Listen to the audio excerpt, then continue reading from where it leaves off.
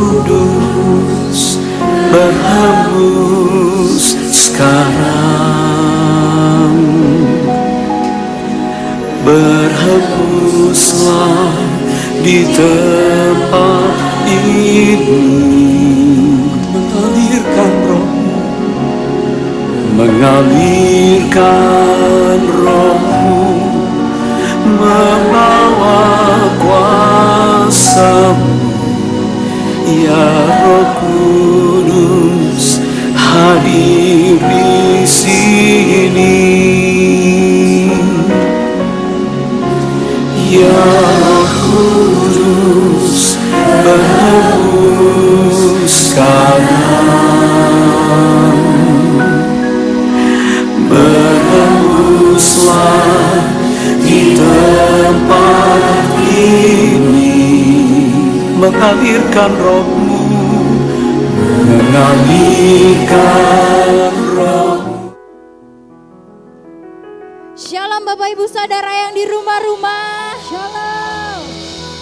Selamat berhari Minggu. Puji nama Tuhan, kita boleh kembali lagi beribadah. Walaupun masih online, tapi kita bersyukur kita punya waktu untuk menyembah Tuhan, datang ke hadapan Tuhan. Dan kita dengan sungguh-sungguh mau memuji Tuhan. Ada amin? Mari Bapak Ibu Saudara, saya mau undang kita semua bersorak-sorai bagi kemuliaan Tuhan. Kita mau tinggikan Dia, kita mau puji nama Tuhan kita yang ajaib. Mari bersama saya kita bertepuk tangan.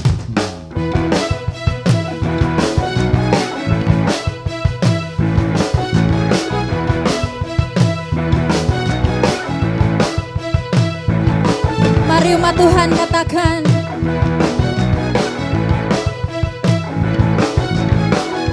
pujilah nama-Mu Tuhan, kuatan penuh kemuliaan. Katakan satu suara, nyatakan kebesaran-Mu kekal selamanya. Terpujilah Tuhan, terpujilah Tuhan, haleluya. Keagungan satu hati,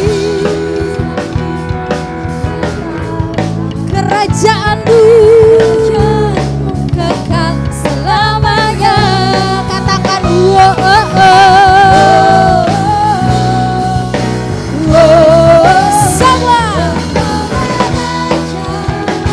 atas dunia yang menghancurkan kutub dan membebaskan jiwa. Kami bersorak, bertepuk tangan. Siapa?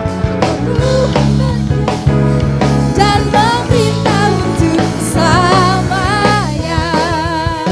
Mari bersama katakan, terpujilah nama-Mu Tuhan, ajaib penuh keagungan. Katakan dengan satu hati, kami nyatakan kerajaan-Mu kekal selamanya.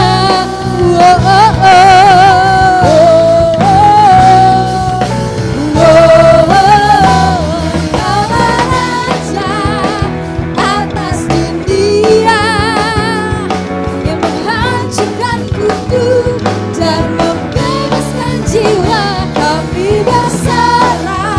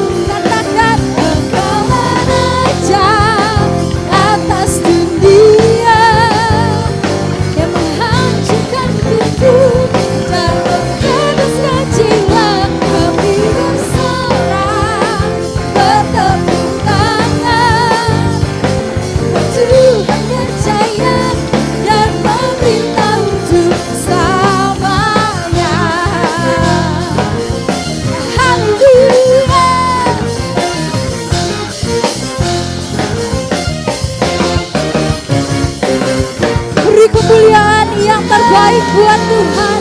Sorakan haleluya, haleluya. Benar Tuhan, Engkau Tuhan yang besar, Engkau yang layak dipuji, ditinggikan. Kami bersyukur punya Tuhan seperti Engkau. Kami bersyukur punya Raja yang layak disembah, punya Raja yang agung. Bahkan Engkau lebih dari segalanya Tuhan. Engkau yang ada dalam setiap kehidupan kami, dalam setiap musim hidup kami, dalam setiap langkah kami. Dan hari ini Tuhan, kami mau nyatakan iman kami mau katakan kami percaya Tuhan berserta dengan kami dalam setiap hal yang kami lakukan, dalam setiap hal yang kami lalui hari-hari ini. Tuhan melihat setiap kami. Mari Bapak Ibu Saudara, saya mau ajak kita semua, dengan imanmu kita mau katakan,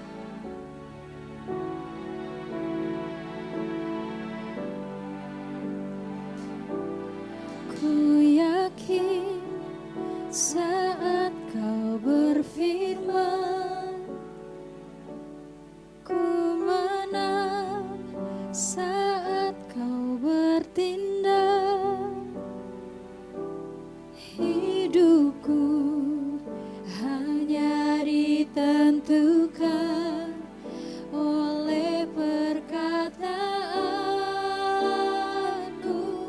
Katakan ku aman, ku aman karena kau menjaga. Ku kuat karena kau menopang.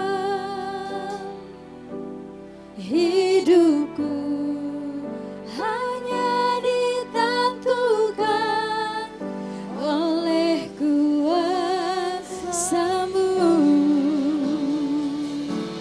Katakan bagi Tuhan, bagi Tuhan tak ada yang mustahil.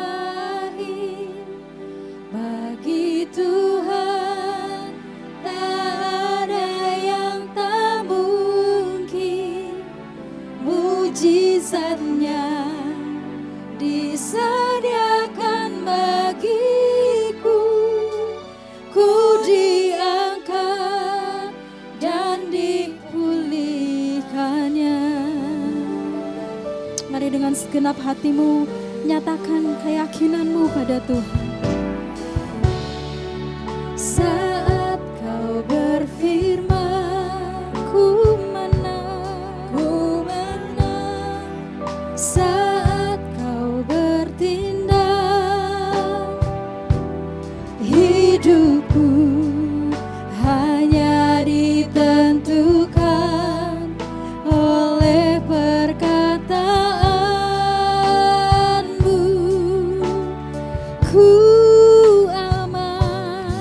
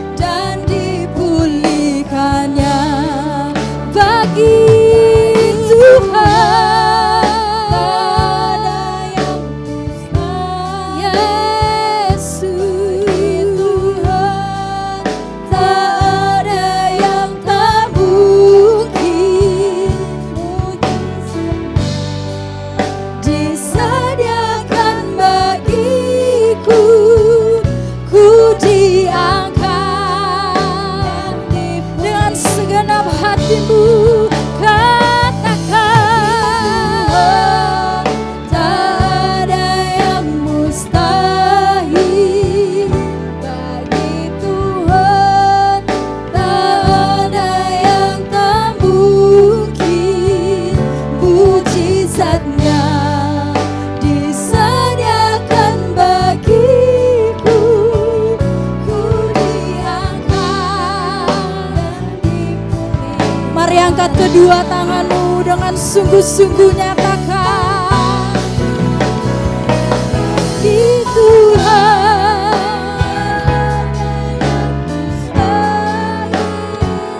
bagi Tuhan tak ada yang tak mungkin. Mujizatnya disediakan bagiku, ku diangkat dan dipulihkan. Bagi Tuhan tak ada yang mustahil, bagi Tuhan tak ada yang tak mungkin. Mujizatnya disediakan bagiku, ku diangkat dan dipulihkan. Sekali lagi dengan sungguh panggil Dia. Amin. Kami percaya Tuhan, Tuhan tak ada yang tak mungkin. Mujizatnya disediakan bagiku, ku diangkat dan dipulihkannya. Mujizatnya disediakan bagiku, ku diangkat dan dipulihkannya. Mujizatnya disediakan bagiku, ku diangkat dan dipulihkannya. Oh, terima kasih. Mari naikkan syukurmu, naikkan syukurmu, bawa korban yang mahal, korban syukur di hadapan Tuhan.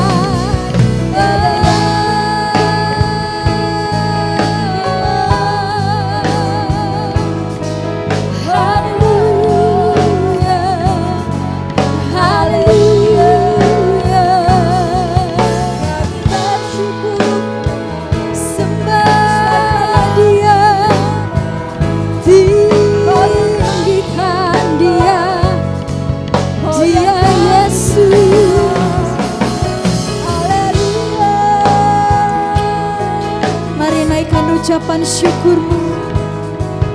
Mari ucapkan setiap rasa syukurmu sama Tuhan.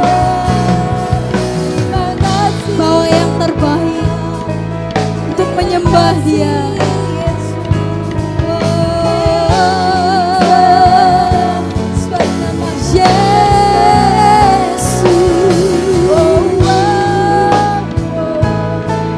Haleluya, haleluya,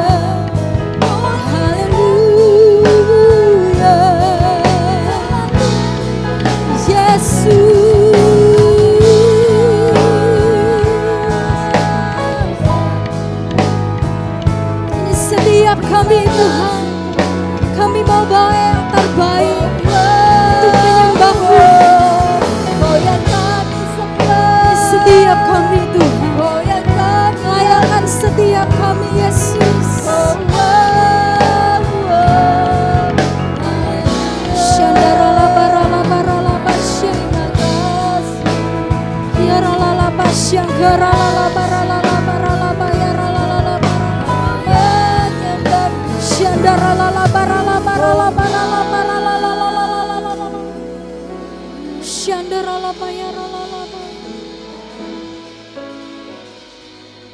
setiap kami Tuhan,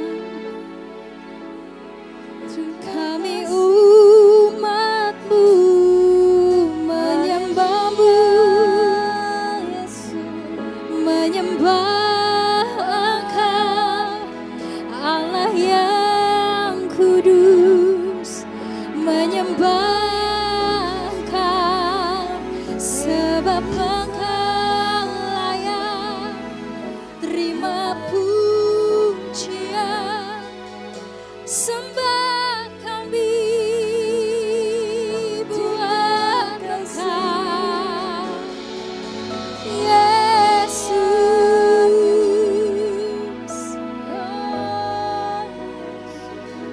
Yesus, kami rindu lebih dalam menyembah-Mu, Allah yang kudus, Allah yang kudus, Yesus.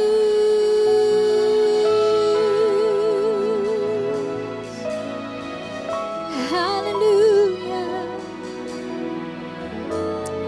Mari angkat kedua tanganmu. Dengan sungguh kita mau katakan,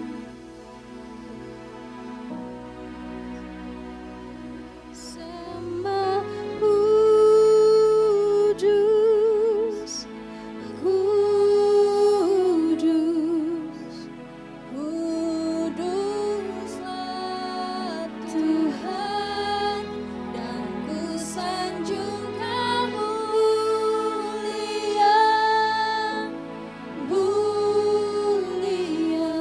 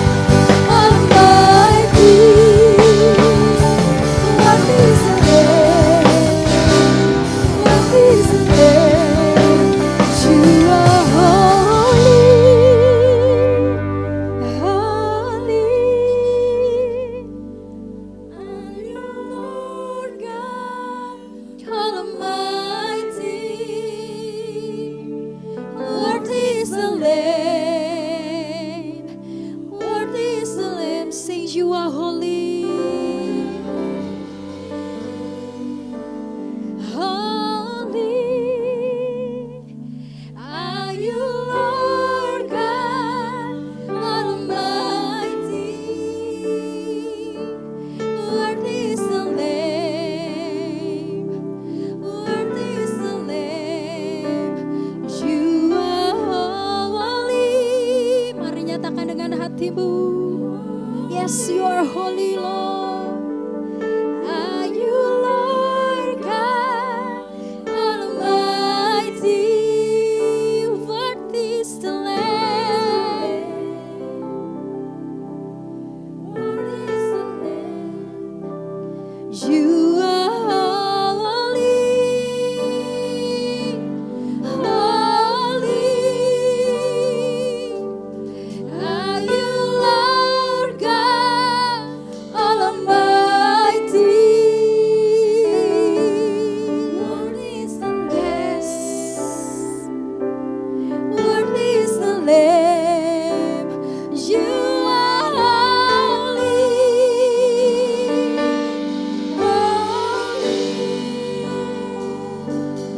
Are you, Lord God Almighty?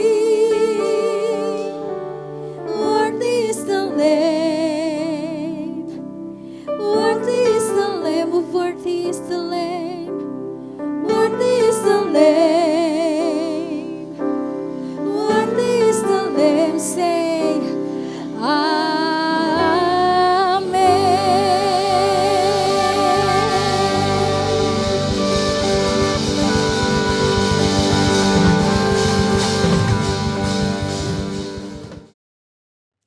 Happy Sunday semuanya, saya berdoa roh kita tetap menyala-nyala pada masa ini.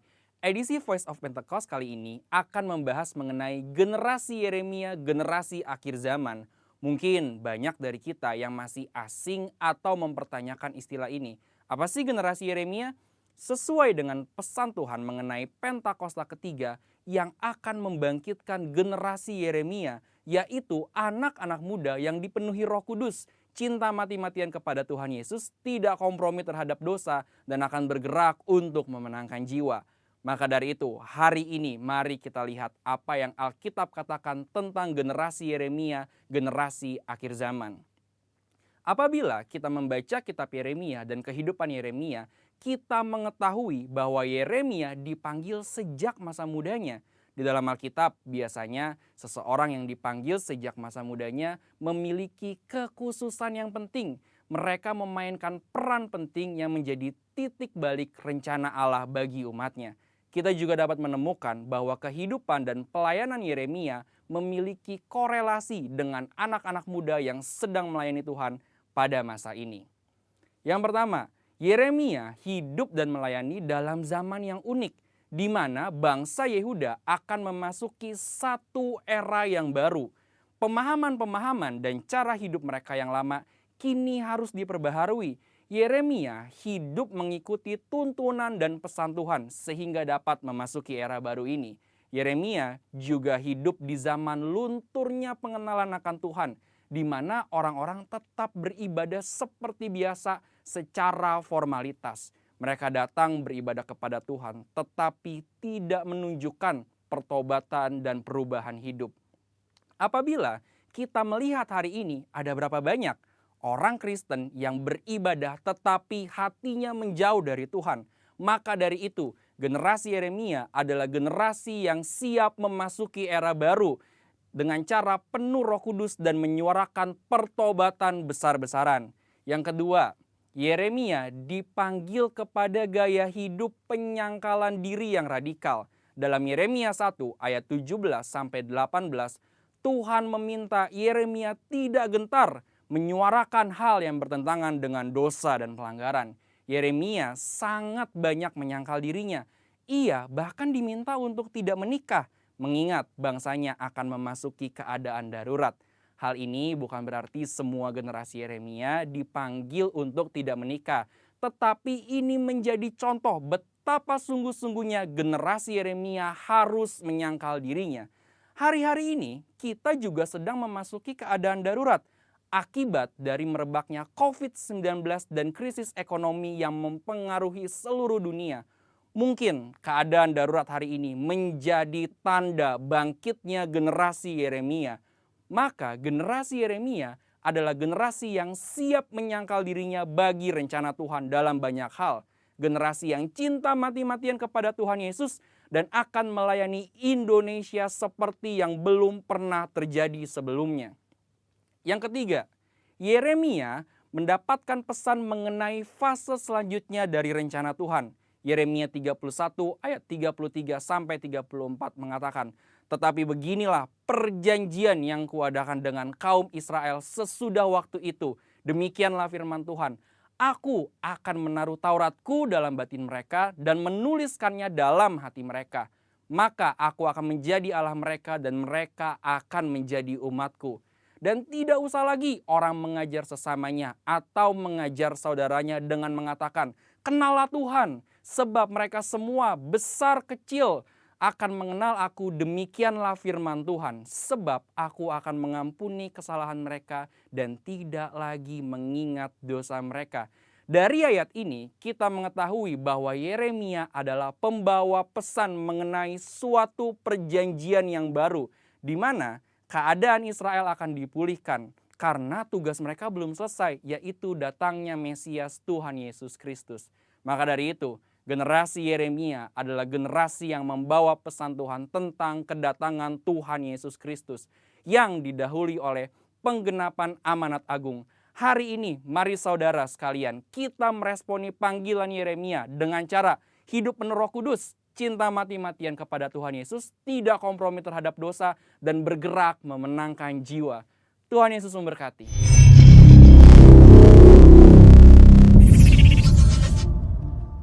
Shalom, jemaat yang dikasih Tuhan. Pada hari Minggu ini saya ingin menyalami saudara, jemaat yang dikasih Rayon 2 GBI Sukawarna dimanapun Anda berada, di rumah, di depan gadget, di dalam kendaraan. Biarlah damai sejahtera Tuhan selalu memenuhi saudara. Apa kabar Bapak Ibu Saudara sekalian? Tidak berasa hampir 8 bulan masa pandemi ini ada. Tapi saya percaya sukacita, damai sejahtera, kekuatan Tuhan akan makin bertambah, mengalir. Dan biarlah hari Minggu ini hadirat Tuhan lewat praise and worship tadi. Dan hadirat Tuhan selama nanti firman disampaikan akan terus menjamah, membebaskan, melepaskan setiap saudara. Terima kasih untuk Gembala Sidang, Bapak Pendeta Dr. Insinyur Niko Yuto Raharjo, dan semua pemimpin yang ada untuk memberi kesempatan buat saya boleh berbicara pada hari Minggu ini. Nama saya Andi Cokro, dan saya dari Growth Center Church, GBI Gandaria City. Salam dari Jemaat Gandaria City Growth Center, baik di Jakarta, di Bekasi, dan di Manado, buat Bapak Ibu Saudara sekalian. Saya akan membacakan firman Tuhan hari ini sebagai landasan ayat utama daripada firman Tuhan dari Amsal 13 ayat 12. Amsal 13 ayat yang ke-12. Harapan yang tertunda menyedihkan hati, tetapi keinginan yang terpenuhi adalah pohon kehidupan. Saya akan bicara satu message yang sederhana, yang singkat dengan judul Hope atau pengharapan. Bisa kita berdoa sebentar Bapak Ibu Saudara sekalian. Bapa, terima kasih untuk hari ini. Kami akan merenungkan satu kata, yaitu pengharapan, harapan, hope. Biarlah hari ini, di tengah semua gelombang, di tengah kami tidak mengerti, biarlah ada hope yang kembali mulai lahir dalam hidup kami. Ada pengharapan yang mulai hidup kembali. Roh Kudus jamah kami di dalam nama Tuhan Yesus. Amin. Hope adalah kata yang begitu buat banyak orang pesimis hari-hari ini. Banyak orang bilang, "Pastor, harapanku sudah hilang. Aku sudah di PHK, penyakit ini sudah membuat aku diamputasi, keluargaku udah cerai." Dan kita semua hari ini banyak mungkin di depan TV, di depan gadget, kita bilang, "Oke, saya mau semua, tapi semua pengharapan sudah hilang." Di masa-masa pandemi ini kata hope menjadi kata yang negatif, kata pengharapan, harapan menjadi sesuatu yang akhirnya orang mulai mencibirkan, semua tidak lagi merasakan tidak ada harapan dalam hidupnya. Saya tahu hari ini ada harapan ada mimpi, tapi ada juga yang namanya realitas atau reality atau kenyataan. Harapan, mimpi, mungkin cita-cita yang kita udah doakan. Tapi ada di sisi sini yang namanya kenyataan. Tagihan yang harus dibayar, PHK tiba-tiba, dan COVID-19, kenyataan, hope, realita, dan seringkali ada namanya jurang atau gap di sini antara hope dan reality. Ini yang disebut dengan kekecewaan atau disappointment. Banyak orang karena cara berharapnya salah, dasar berharapnya salah, sehingga jarak ini semakin besar. Memang antara harapan dan realitas tidak selalu sama.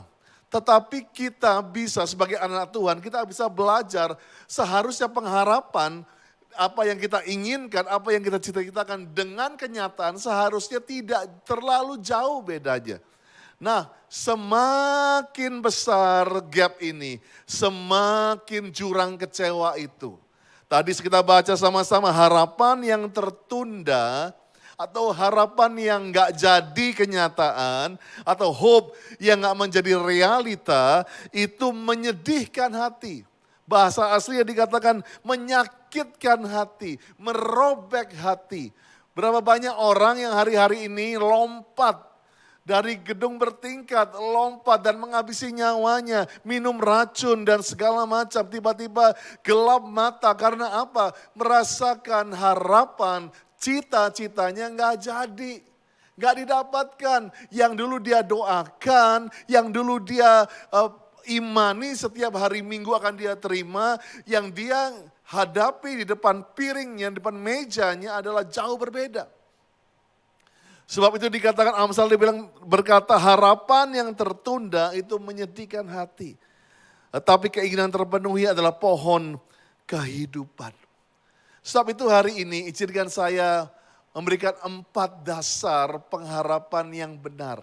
Supaya jurang atau gap antara harapan dan kenyataan Anda tidak terlalu jauh. Siap? Saya akan ambil dari kata hope. Yaitu H-O-P-E, hope, harapan. Dan yang pertama adalah huruf H atau H dari hope adalah kata helper. Dialah penolong kita. Semua tulis baik di chat, baik dalam hati mulai katakan dialah penolong. He is the helper.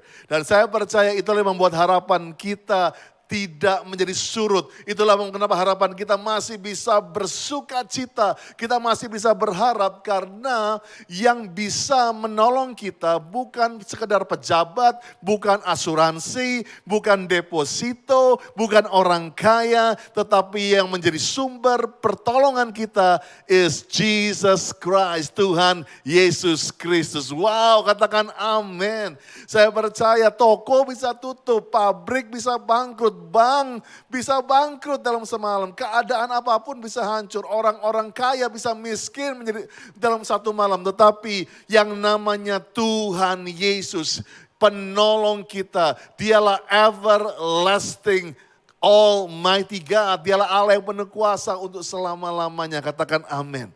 Disinilah pengharapan kita di tengah-tengah pandemi ini mulai bisa bergejolak kembali.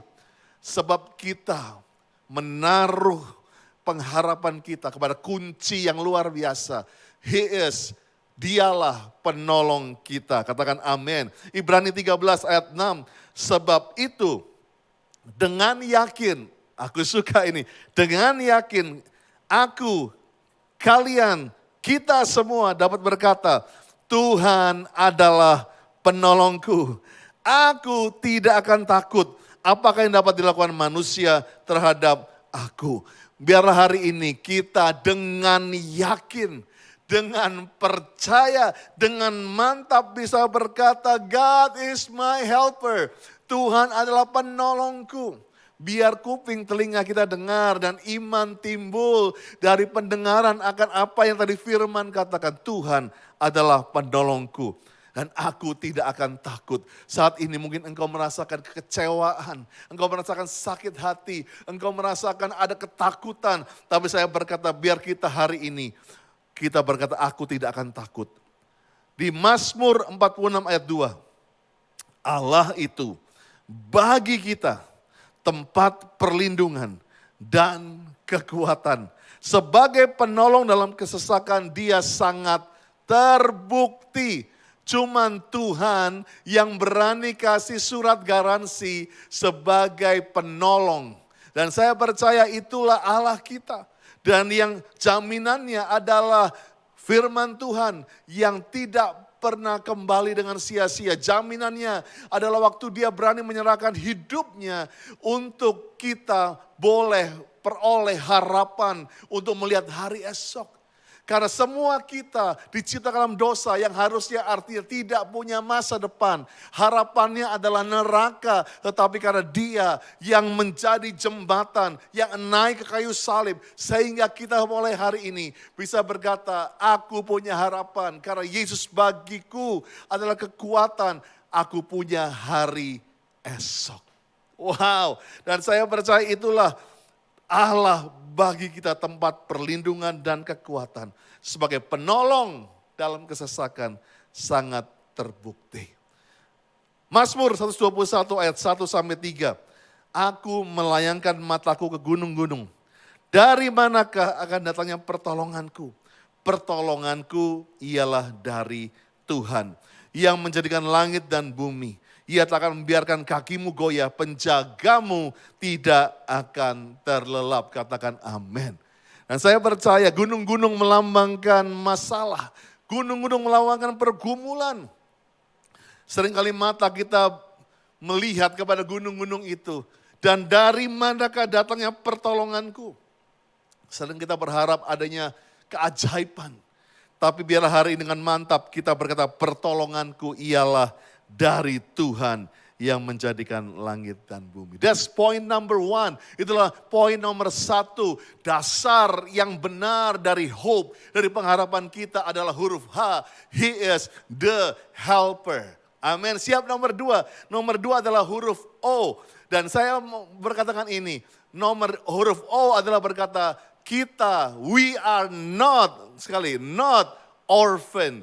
Kita bukan yatim piatu. Dan saya percaya inilah seringkali kita dalam masa pandemi ini, kita merasakan mungkin kita bukan yatim piatu. Kita masih punya orang tua, tapi kita punya orphan spirit. Serta anak sulung yang di kisah anak yang hilang. Anak sulung itu ada di rumah, ada bapaknya, tetapi dia punya orphan spirit. Saya gak ngomong ini bagi saudara yang mungkin yatim piatu, gak punya ayah ibu. Wah ini aku, enggak. Kita punya ayah ibu lengkap, kita punya semuanya, tapi kita punya orphan spirit. Kita seringkali merasakan gak punya bapak, gak disayang. Banyak yang bilang aku ini anak tirinya Tuhan kali ya. Aku ini kayaknya dibedakan dengan yang lain, yang sana dijawab, yang sini dijawab. Aku hopeless, aku gak punya pengharapan. Tapi saya percaya seringkali yang disebut orphan spirit itu apa? Seringkali kalau buat anak-anak yatim piatu yang di panti asuhan. Yatim piatu di panti asuhan. Yang pertama tuh mereka merasakan fatherless, insecure, cemburuan, envy. Kalau dikasih mainan, kalau mau diambil itu ngegerem. Rasanya menjadi possessive. Mungkin dalam kehidupanmu hari-hari ini, engkau mengalami orphan spirit. Engkau merasakan pengharapanmu ada pada hartamu. Pengharapanmu ada pada semua yang kamu lihat selama ini. Waktu semuanya hilang satu persatu. Engkau mulai merasakan aku gak punya bapak. Tapi hari ini saya mengatakan pengharapan kita kuat. Karena kita bukan, sekali lagi kita bukan orphan. Kita bukan yatim piatu. Katakan amin. Dikatakan di Mazmur 103 ayat 13. Seperti Bapa sayang kepada anak-anaknya. Demikian Tuhan sayang kepada orang-orang yang takut akan Dia. Saya percaya hari ini, dimanapun, kapanpun Anda sedang melihat tayangan online service ini. Saya ingin biarlah kasih Bapa, sayangnya Bapa itu mulai memeluk saudara. Mungkin selama ini engkau merasakan kering kasih itu. Engkau merasakan aku anak tirinya, aku anak buangannya, aku anak kecelakaan. No, Tuhan katakan aku sayang kepadamu. Sayang kepada orang yang takut akan aku, kata Tuhan. 1 Yohanes 3 ayat 1. Lihatlah betapa besar kasih yang dikaruniakan Bapa kepada kita. Sehingga kita disebut anak-anak Allah. Dan memang, aku suka ini, dan memang artinya kenyataannya itu. Kita adalah anak-anak Allah. Karena dunia enggak mengenal kita, sebab dunia tidak mengenal Dia atau tidak mengenal Bapa. Jangan dengarkan suara-suara dari dunia ini yang bilang, percuma, Tuhan benci sama kamu, ngapain jadi Kristen, ngapain kamu nyanyi, ngapain kamu doa, gak ada yang namanya Bapa. Seringkali lihat hari-hari ini pemberontakan, orang-orang yang tiba-tiba menjadi kasar, orang-orang yang menjadi anarkis, karena mereka gak lagi merasakan ada something love, dicintai, mereka ingin membuktikan sesuatu untuk dicintai. Tapi saya ingin katakan hari-hari ini, di tengah pandemi ini, ketahuilah bahwa Tuhan memang mengasihi. Karena engkau dan saya memang adalah anak-anak Allah. Iblis gak bisa cabut ini. Dunia gak bisa cabut ini. In fact, waktu Yesus mati bagi kita. Waktu kita berseru dan mengakui namanya sebagai Tuhan dan Juru Selamat. Memang pada saat itu faktanya kita menjadi anak-anak Allah. Saya ingat waktu Ines, anak saya yang pertama masih bayi. Saya waktu itu coba 1 bulan lebih untuk berani menggendong dia. Dan satu malam saya coba beranikan diri, dia nangis, saya gendong. Saya coba dengan tangan yang begitu kaku, saya gendong dia, gerak dikit, saya gak berani gerak. Saya ingat saya baru 1 menit udah kram semua. Saya keringetan karena saya gak berani gerak, gak luas begitu. Tetapi saya cuma bilang, pokoknya aku gak akan buat kamu jatuh.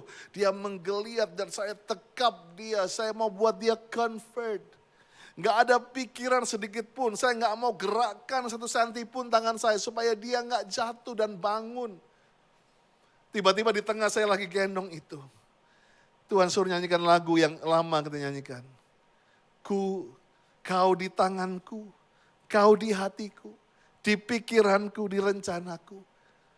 Tak pernah kau sendiri. Waktu saya nyanyikan pujian itu, tiba-tiba Tuhan berbisik dalam telinga saya. Itulah Tuhan. Tuhan tidak akan biarkan kamu jatuh. Seringkali kita cuma bisa tanya, kenapa Tuhan? Ketahuilah hari ini, Tuhan berkata, I am your father. Akulah bapamu dan kamu bukan orphan. Sehingga kamu bisa punya pengharapan lagi. Katakan haleluya, haleluya, haleluya. Secara cepat, yang ketiga. Tadi bagian 2 yang pertama, itu bagian Tuhan, yes. Tuhan bilang bahwa akulah penolong, yang kedua akulah Bapakmu, sehingga kita bukan orphan. Tapi yang ketiga huruf P dari hope adalah kata persistence. Dan ini bagian kita. Bagian Tuhan adalah dia menjadikan dirinya penolong, jadi Bapak yang baik. Tetapi bagian kita harus persisten atau bertekun atau punya ketekunan. Dan saya percaya jadi Kristen, jadi anak Tuhan itu seperti lari maraton. Yang bukan cuma lari 100 meter. Kita harus jaga nafas kita. Harus jaga supaya nggak kram. Harus tahu bagaimana kita bisa menggunakan energi dan waktu dan kecepatan. Sehingga kita bukan hanya di depannya saja on fire. Tetapi di tengah-tengah lari on fire, di tengah pandemi on fire, di tengah naik tanjakan masih on fire, di turunan masih on fire. Dan saya percaya itulah kehidupan kita. Dan saya mau katakan garis finish sudah tidak jauh lagi. Perlu kita dalam hope ini perlu punya persistence atau ketekunan. Roma 5 ayat 3 sampai 4. Paulus penulis ini di tengah-tengah dia harus di lockdown. Rasanya harapannya hilang. Di tengah-tengah semua travel plan-nya gagal. Di penjara itu dia menulis, dan bukan hanya itu saja. Kita malah bermegah juga dalam kesengsaraan kita. Jadi kalau ada masalah, yang orang bilang no hope, disuruh bermegah, disuruh bersuka cita. Karena kita tahu bahwa problem atau kesengsaraan itu menimbulkan ketekunan. Problem creates persistence. Saya percaya kesengsaraan kita itu menimbulkan ketekunan. Ketekunan menimbulkan tahan uji atau lulus ujian, dan tahan uji menimbulkan tema kita hari ini, hope atau pengharapan. Seringkali kita mau bypass, yang penting aku punya pengharapan. Tolong kasih Tuhan pengharapan. Tuhan bilang oke, yang kamu lihat mungkin kamu hanya berharap, tapi yang kamu dapat adalah kenyataannya kesengsaraan. Jangan anti. Seperti saya katakan tadi, hope and reality. Memang ada jurangnya. Mungkin engkau mengharapkan, tetapi engkau yang dapat realitinya kesengsaraan. Gak usah takut, karena kesengsaraan membuat kita menjadi tekun. Tekun. Dalam pandemi ini Tuhan cuma bilang tekun anakku. Dan ketekunan ini menimbulkan kita lulus ujian, tahan uji. Dan tahan uji menimbulkan pengharapan. Saya percaya pandemi ini seperti kita yang sedang banyak orang yang segak goes hari-hari ini. Ya kan, kita naik sepeda. Dan saya tahu bahwa kita harus jaga nafas kita. Seringkali banyak kita mau nyerah. Tetapi seperti Yesus sedang memberi semangat dengan para orang-orang kudusnya. Tetap semangat, terus naik. Sudah gak jauh lagi. Dan saya percaya pengharapan kita harus disertai satu ingredient, satu resep yang gak boleh hilang. Yaitu persisten atau ketekunan. Yang terakhir, yang keempat. Tadi yang pertama huruf H adalah He is the helper, dialah penolong. Huruf O dari hope adalah we are not orphan, kita bukan yatim piatu. Yang ketiga huruf P dari hope adalah persistence, kita perlu bertekun di dalam berharap. Maka yang keempat, saya percaya banyak orang seringkali gak punya pengharapan. Karena apa? Dia merasakan Tuhan terlambat, Tuhan tidak tepat waktu. Tapi saya percaya huruf A dari hope adalah excellent time. Waktu yang sempurna. Nah inilah seringkali kita merasakan pengharapan kita hilang karena apa? Waktu gak berpihak pada kita. Udahlah Pak Pendeta, gak usah khotbah banyak-banyak. Udah telat. Udah terlambat. Saya ingat satu kali teman saya, pada waktu itu dia tulis di Facebook. Dia berikan, tahu kan, hey guys pray for me. Dia tinggal di Boston dan dia akan interview pekerjaan di New York. Dan dia bilang pray for me, saya akan naik pesawat paling pagi. Karena ini penting interviewnya supaya saya dapat kerjaan ini. Kita semua doa buat dia. Dan dia dalam kesaksiannya dia pagi-pagi udah berangkat. Di tengah-tengah perjalanan ke airport, dia mengalami kecelakaan. Dan dia harus urusan dengan polisi. Singkat cerita, sampai di airport, begitu sampai di gate-nya, pesawatnya sudah mundur. Dan dengan air mata dia pukuli, dia bilang, why pekerjaan yang aku suka, why terlambat cuma beberapa menit, udah mundur, gak bisa lagi. Dan dia marah-marah. Dia bilang, dan dia coba telepon ke New York, dia bilang, please give me chance. Orang yang bilang, kamu terlambat, kamu gak dapat. Dan dia makin marah, dan dia mulai marah sama Tuhan. Tapi 1 jam setelah dia tulis di Facebook marah-marah itu, kesan dan ceritanya mulai berubah. Yang dia bilang terlambat, tapi tiba-tiba dia tulis dengan air mata. Karena apa yang terjadi? Pesawat yang dia harusnya tumpangi ke New York adalah pesawat yang menabrak gedung World Trade Center. Yes, 9/11. Sudah tahu ceritanya. Anak ini harusnya ada di pesawat yang nabrak di situ. Tapi dia bilang terlambat. Justru keterlambatan buat waktu Tuhan itu menjadi ketepatan. Menjadi keselamatan. Justru menjadi pengharapan. Dia masih hidup sampai saya khotbah hari ini masih hidup, saudaraku. Dan saudaraku, saya percaya mungkin hari ini kita banyak bilang telat Tuhan telat. Kita maunya cepat. Ada sekarang fast food, ya kan, GoFood, Grab. Ya mungkin saya nggak cuman promosi ini merek-merek cepat saji, tetapi banyak orang pengennya sekarang cepat, telat sedikit ngamuk gitu kan.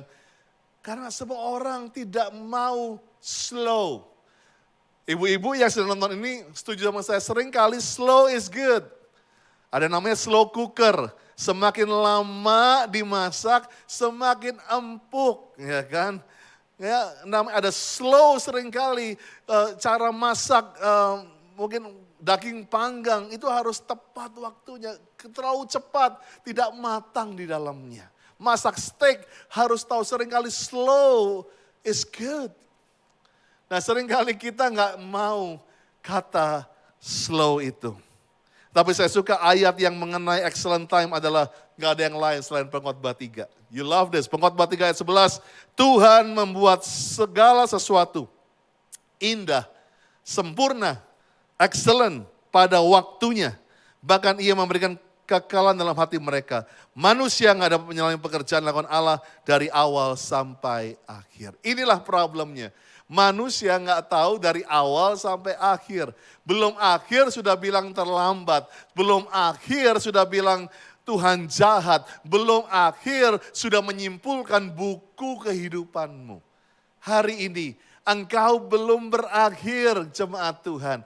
Tuhan masih punya pengharapan. Engkau masih punya pengharapan. Dan saya percaya hari-hari ini Tuhan membuat semua indah, excellent pada waktunya, bukan waktu kita.